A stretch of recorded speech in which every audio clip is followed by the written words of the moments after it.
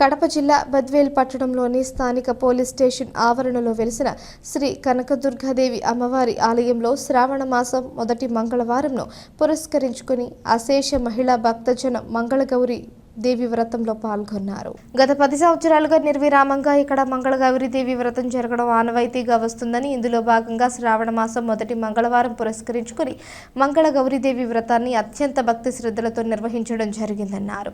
ఈ పూజా కార్యక్రమంలో పాల్గొన్న మహిళా భక్తులకు సంపూర్ణ దీర్ఘ సుమంగళ ప్రాప్తి కలుగుతుందని, అలాగే వివాహం కాని మహిళలకు అమ్మవారి కృప వల్ల వివాహం జరుగుతుందని, మరీ ముఖ్యంగా సంతానం లేని వారికి అమ్మవారి చల్లని దీవెనలతో సంతానం కలగడం విశేషమన్నారు. మంగళగౌరి వ్రతాన్ని అత్యంత భక్తి శ్రద్ధలతో నిర్వహించడం జరిగిందన్నారు. అలాగే మధ్యాహ్నం భక్తుల కొరకు అన్నదాన కార్యక్రమాన్ని నిర్వహించారు. ఓం శ్రీ మాత్రే నమః. భక్త మహాశ విజ్ఞప్తి.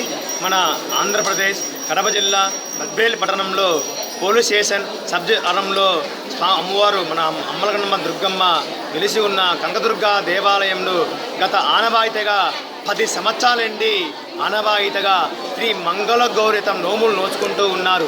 ఈరోజు విశేషంగా శ్రావణ మాసం మొదటి మంగళవారం నాడు ఈ యొక్క కైంకర్యాన్ని ప్రారంభించాము. ఆ మహిళలు పెద్ద సంఖ్యలో పాల్గొని ఈ యొక్క గౌరీ నోములు నోచుకొని, ఎందుకంటే ఈ యొక్క గౌరీ నోములు ఎందుకు నోచుకోవాలంటే సంపూర్ణ దీర్ఘ సుమంగళ ప్రాప్తి కోసం కానీ, మరి వివాహం కాని వాళ్ళు వివాహం కానీ, ముఖ్యంగా సంతానం లేని వారు ఈ యొక్క నోములు నోచుకుంటారో వాళ్ళు సంవత్సరం కల్లా దంపతులుగా పిల్లా పాపలతో వచ్చి ఈ గౌరీ నోములు నేర్చుకుంటూ ఈ యొక్క భక్తులు నమ్ముతూ అమ్మవారు చెప్తూ ఉన్నారు.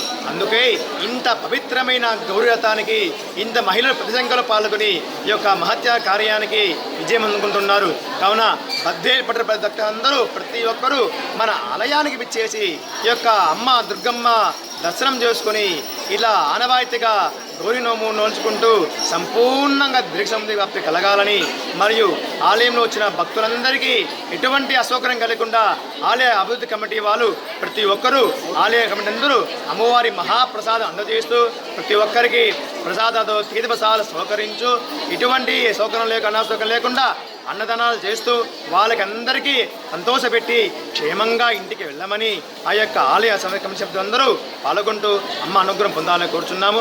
కావున శ్రావణ మాసంలో ప్రతి శుక్రవారం నాడు అమ్మవారికి విశేషంగా అలంకారాలు, రాహుకాల దీపాలు, నిత్య కైంకర్య కుంకుమర్చన కార్యం జరుగుతూ ఉంటాయి. కాబట్టి భక్తమాసులందరూ ఆలయాన్ని చేసి అమ్మ అనుగ్రహం పొందాలని కోరుచున్నాము. ఓం స్వస్తి సర్వమంగళ మాంగళ్యే శివే సర్వాసాధికే హిరణ్యే త్ర్యంబకే నారాయణమో